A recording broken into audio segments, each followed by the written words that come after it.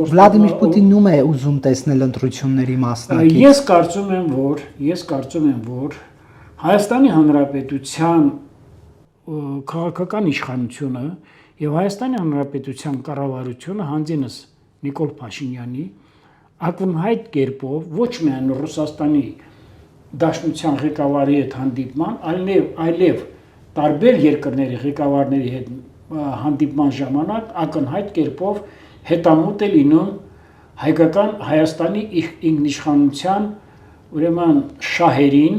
Հայաստանի ինքնիշխանության եւ հայկական պետականության շահերից ելնելով քաղաքականության։ Ես հարցնում եմ Վլադիմիր Պուտինն ուզում տեսնել։ Հիմա ես ասեմ, գաղտնիք չէ, որ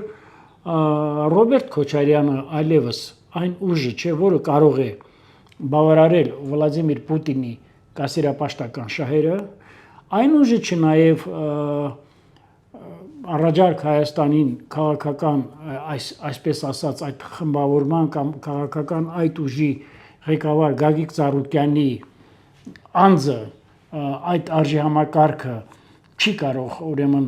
բավարարել Վլադիմիր Պուտինին եւ ակնհայտ է դառնում, որ ինքը այստեղ տեսնում է ուժեղ Հայաստան քաղաքական շարժման ղեկավարությանը, եթե նրանց կհաջողվի ուրեմն դավադիր կերպով,